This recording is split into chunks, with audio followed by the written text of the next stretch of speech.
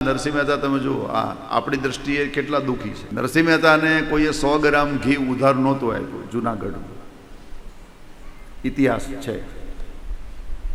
અને એક વેપારી તૈયાર થયો તો એને કીધું કે મહારાજ તમારો આ કેદાર રાગ છે ને ગીરવે મૂકી દીધું. રાગ મુકાયો હતો, એને શ્રાદ્ધ કરવું. આટલી ગરીબી છતાં નરસિંહે કીધું નથી કે જીવનમાં મને કષ્ટ પડ્યા છે.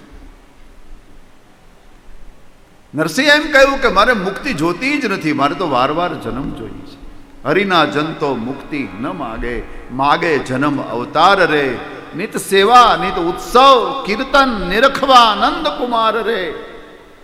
ભૂતલ ભક્તિ પદાર્થ મોટું, બ્રહ્મલોકમાં નાહી રે. પુણ્ય કરી અમરાપુરી પામ્યા, પણ છેવટ 84 માહી. મુક્તિ ન માગી, મારે તો વારંવાર જન્મવું છે. કારણ કે લક્ષ્ય જુદું છે, લક્ષ્ય ફરી ગયું છે. સંસારની સંપત્તિ લક્ષ્ય હોય તો દુઃખી કહેવાય. આપણે એમ કહીએ કે સુદામાની પાસે કાંઈ વ્યવસ્થા નહોતી, પણ ભાગવતમાં લખ્યું છે સુદામાને વ્યવસ્થાની જરૂર નહોતી. જરૂર હોય ને ન હોય તો માણસ હેરાન થાય, પણ જરૂર જ નહોતી.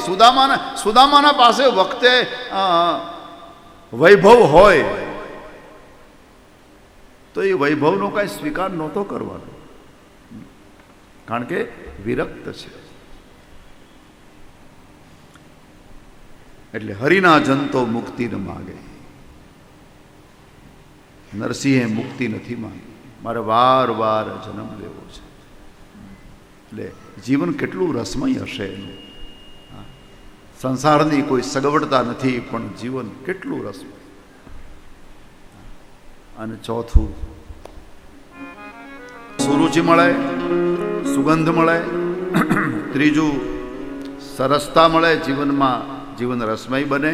અને ચોથું, અનુરાગ. અને અનુરાગ એટલે પ્રેમ. હૃદયમાં પ્રેમ જાગે, સંત કૃપા કરે. અને પ્રેમ છે ને આ સંસારની સૌથી મોટી સમૃદ્ધિ માનવામાં આવે છે. આ સંસારમાં સમૃદ્ધ કોણ? જે ઘણાની સાથે પ્રેમ કરે છે અને ઘણા એની સાથે પ્રેમ કરે છે, એને સમૃદ્ધ કહ્યું છે.